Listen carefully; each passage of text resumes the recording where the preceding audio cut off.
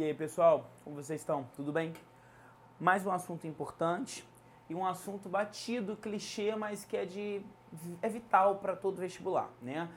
Cadeias alimentares, essas tais interações alimentares é um assunto que sempre aparece em qualquer vestibular, então é muito importante a gente estar atento a isso.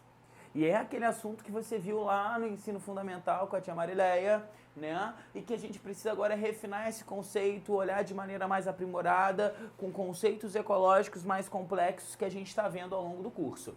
Seguinte, olha só. Eu coloquei aqui direto cadeias alimentares, mas eu poderia titular como interações alimentares, né? Dentro da ecologia, que é a ciência da interação, da relação, uma dessas interações são as tais interações alimentares.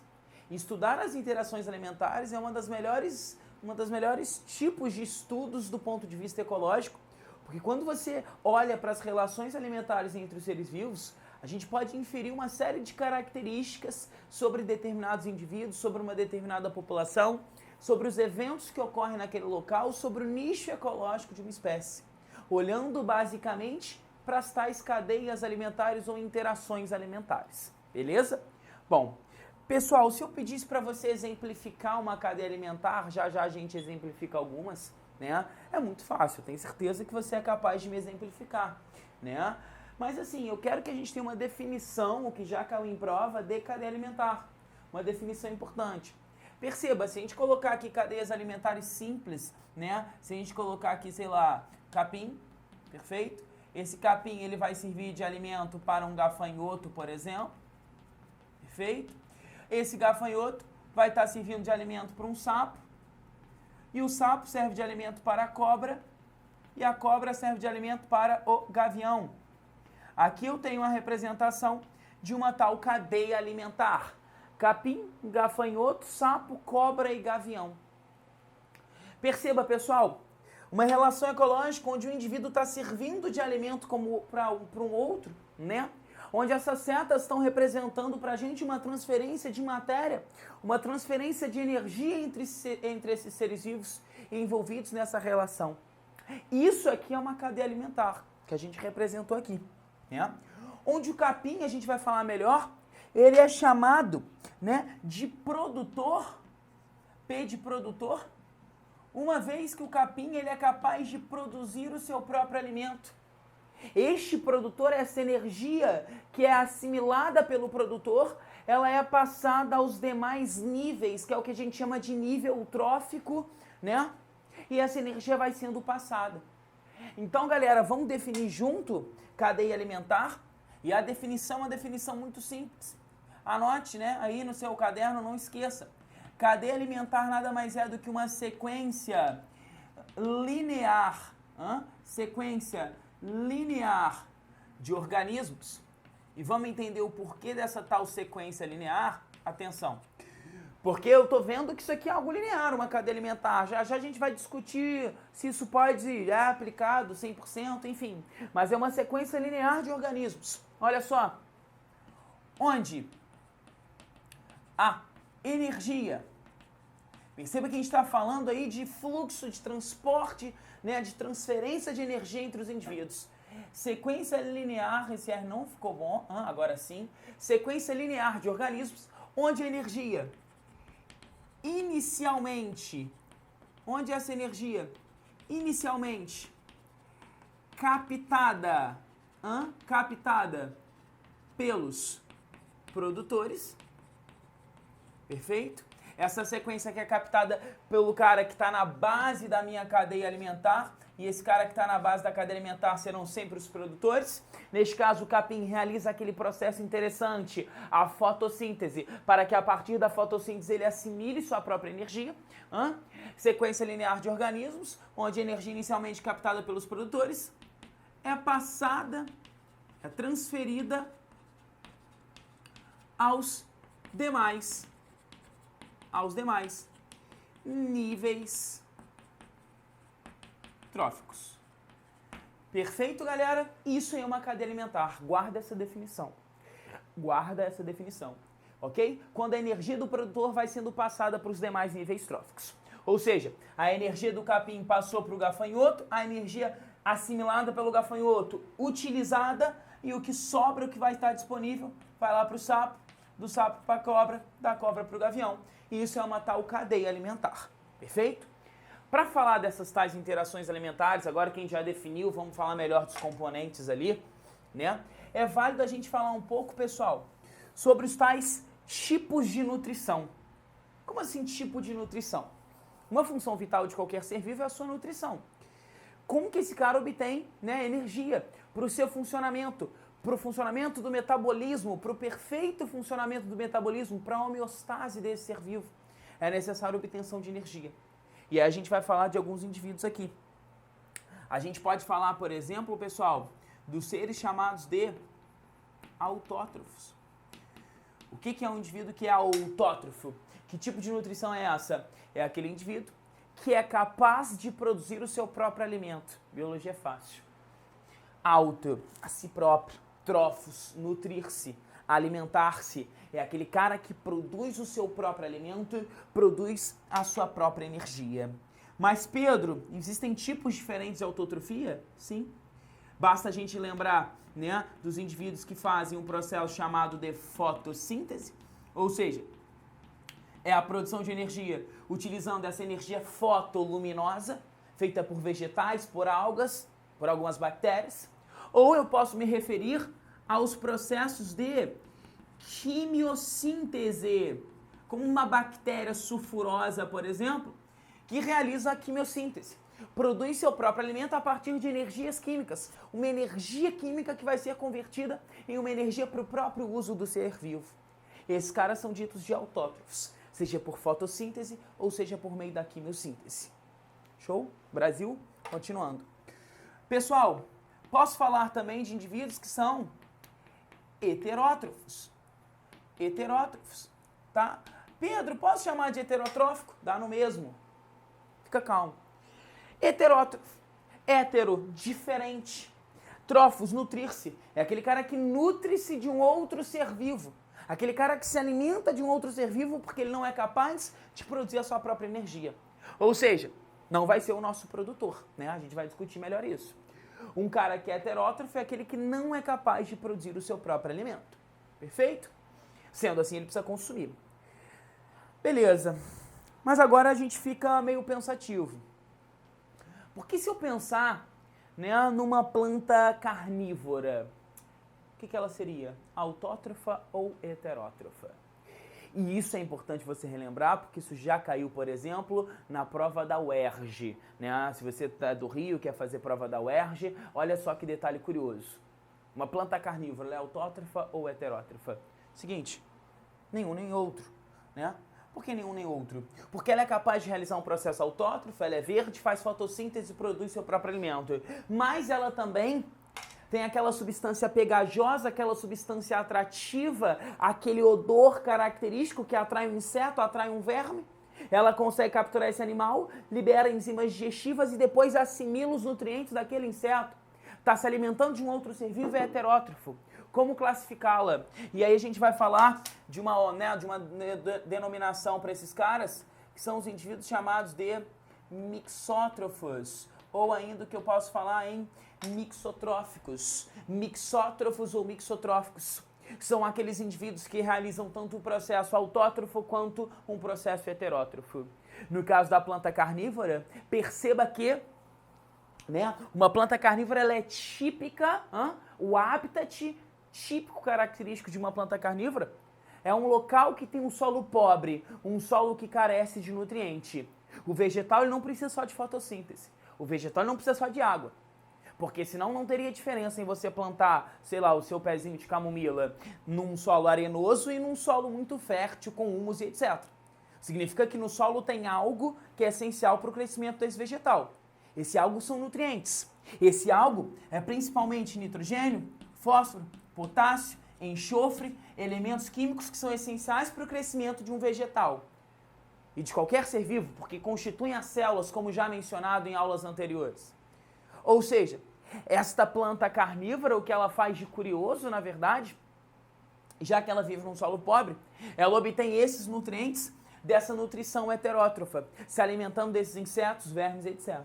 Olha que bacana, que adaptação bacana demais, muito interessante. pegar esses nutrientes que estão, né, carentes no solo desse inseto, por exemplo. Pedro, eu comprei uma planta carnívora na floricultura e eu nunca vi ela se alimentar de inseto. Olha como isso é intuitivo, faz sentido a beça. Por quê? Quando você compra na floricultura, o solo não está pobre em nutriente.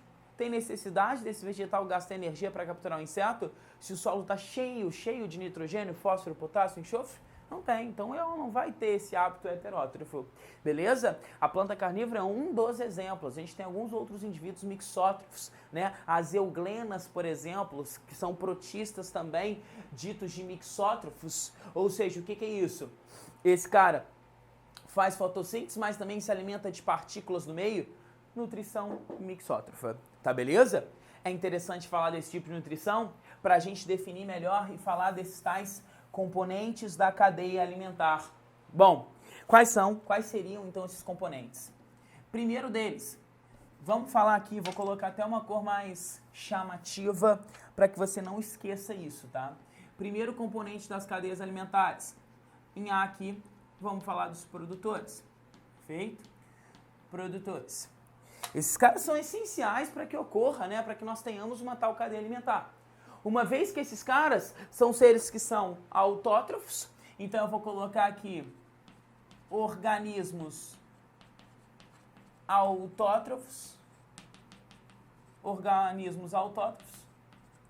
que estão na base das cadeias alimentares, que estão na base das cadeias alimentares, perfeito?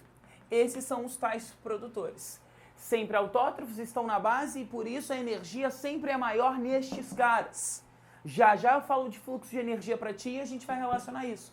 O fato de que se esses caras estão na base, naturalmente, é porque a energia está aparecendo nesse cara que são os produtores. Beleza ou não? Sempre, esse cara aqui tá aqui, ó, é autótrofo. Esse é o tipo de nutrição do produtor. Tá ok ou não? Continuando, vamos lá. Quem seria agora o outro nível trófico e a gente depois discute no exemplo? Consumidores. Quem são os tais consumidores? Esses caras não são, na verdade, autótrofos. Esses caras têm outro tipo de nutrição que são heterótrofos, já que eles são chamados de consumidores porque eles têm que se alimentar de um outro ser vivo. Então, simples. Um consumidor, eu vou falar que são organismos heterótrofos, de uma cadeia alimentar. Ok? Esses são os tais consumidores, galera. Olha só. E aí eu quero que você lembre um conceito, mais uma vez, que Tia Mari Lourdes te falou. Tia Mari Lourdes disse para ti que existem seres que são chamados de seres herbívoros. E existem seres que a gente chama de seres, olha lá, herbívoro, de seres carnívoros também. E existem seres que são chamados onívoros. Aí você aprendeu com a Tia Mari Lourdes. Na verdade, herbívoro é aquele cara que come vegetal, carnívoro que come carne, onívoro é que come tudo. Vamos melhorar isso. Todos esses caras são consumidores. A questão é onde eles estão, que tipo de consumidor eles são. Quando eu olho para um herbívoro, é aquele cara que se alimenta diretamente do produtor. Esses são os herbívoros. É aquele cara que, na verdade, ocupa sempre o nível trófico de consumidor primário. Já eu chego lá. O que é o carnívoro? É um consumidor que se alimenta de outros consumidores. Ou seja, ele ocupa o nível trófico de consumidor secundário em diante. Perfeito? Um onívoro é aquele cara que pode se alimentar do produtor ou de outros consumidores. Olha o conceito ecológico, como eu disse, mais aprimorado. Herbívoro não é o cara que come apenas vegetais. É o cara que se alimenta diretamente do produtor. Ou seja, aquele cara que é exclusivamente, né, o nosso consumidor, chamado de primário. E a gente vai falar melhor disso aqui. Perfeito? Vamos que vamos. Olha só. Outro nível trófico a conhecer. Outro nível trófico a conhecer. Esse aqui é essencial. Esse nível trófico C aqui, a gente fala dos organismos chamados de decompositores.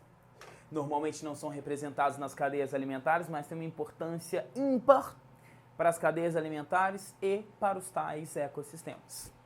Quem são os decompositores?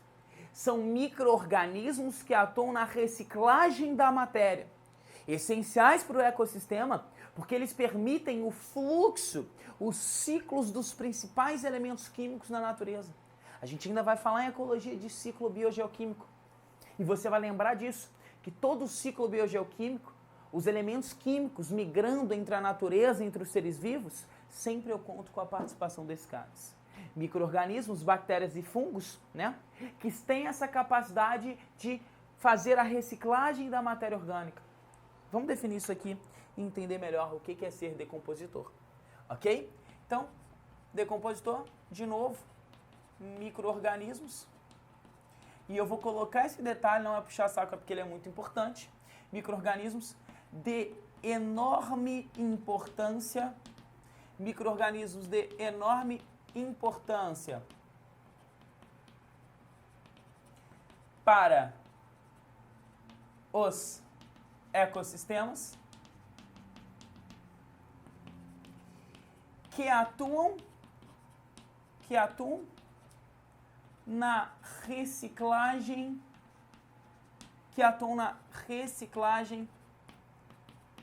da matéria, e é da matéria orgânica, e a gente vai entender melhor isso. Pessoal, só uma coisa aqui.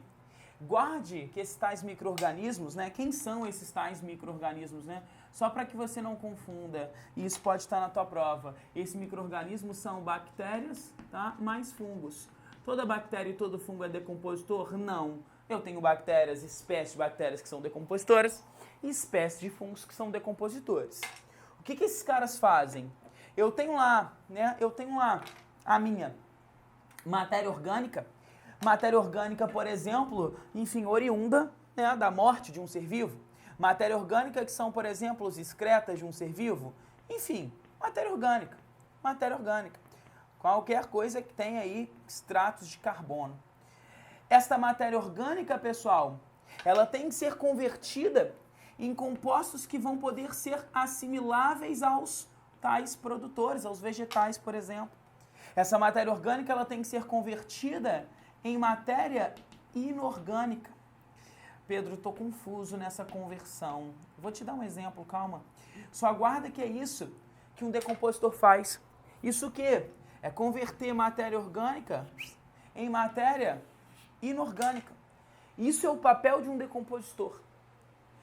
Você imagina que quando um ser morre, o corpo dele é constituído de muitas proteínas, compostos orgânicos, biomoléculas orgânicas. Essa proteína vai passar pela decomposição e aquele nitrogênio lá do aminoácido da proteína vai ser disponível no solo, vai ser disponibilizado no solo na forma de um composto inorgânico, que é a amônia. É isso que é a decomposição. Ou então um osso que tem aquela matriz óssea que é de cálcio, aquele cálcio que está no osso vai ser decomposto e eu vou ter liberação, né, de cálcio, de íons de cálcio no solo. Converter matéria orgânica em matéria inorgânica, papel essencial realizado pelo decompositor.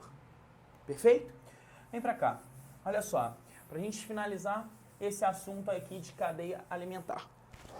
Bom, vamos exemplificar cadeias aqui, só para ficar bonito. E aí aqui eu vou começar representando uma cadeia alimentar, enfim, eu já tinha representado uma mais cedo, vamos colocar algumas outras para a gente poder entender melhor isso daqui. Então você imagina que eu esteja falando aqui, né, de um milho, e o milho é um produtor. Esse milho, né, ele vai servir de alimento. Esse milho ele vai estar servindo de alimento, por exemplo, tá, para um rato. Esse rato, ele vai estar servindo de alimento, tá, para uma cobra, por exemplo, tá?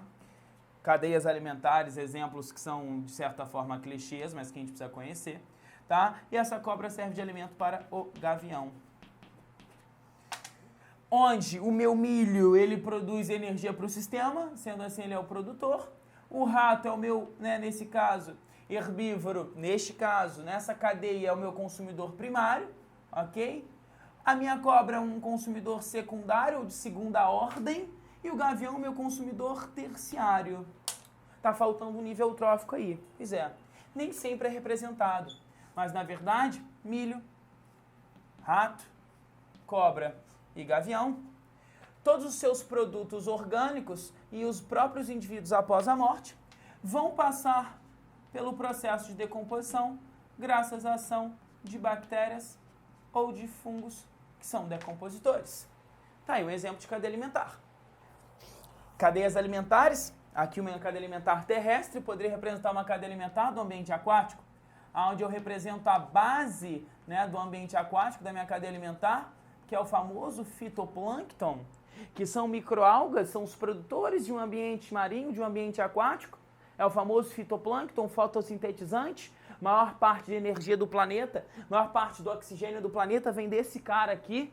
Agradeça todo dia pela manhã ao fitoplâncton pelo oxigênio de cada dia. Esse cara que faz a fotossíntese e libera mais aí de 80% do oxigênio que a gente está inspirando agora para os nossos processos aí metabólicos, tá?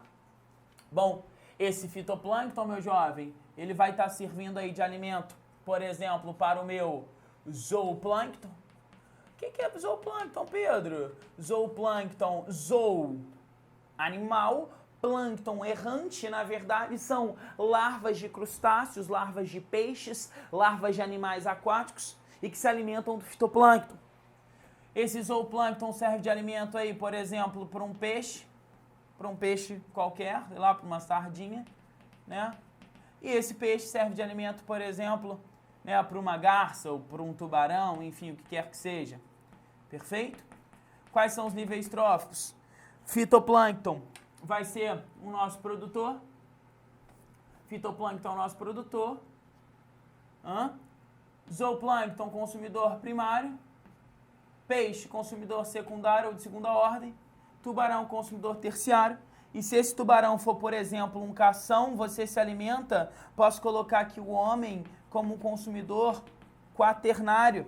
É sim, não assusta não, tu já comeu tubarão. Se tu for na peixaria, vai comprar cação, que é um tubarão, é um condricte, um peixe cartilaginoso. De novo, todos esses caras vão estar passando, sem dúvida, novamente, pela ação de bactérias e fungos, que são os caras aí decompositores, tá bem? Isso aí são as tais cadeias alimentares, um assunto muito importante, beleza?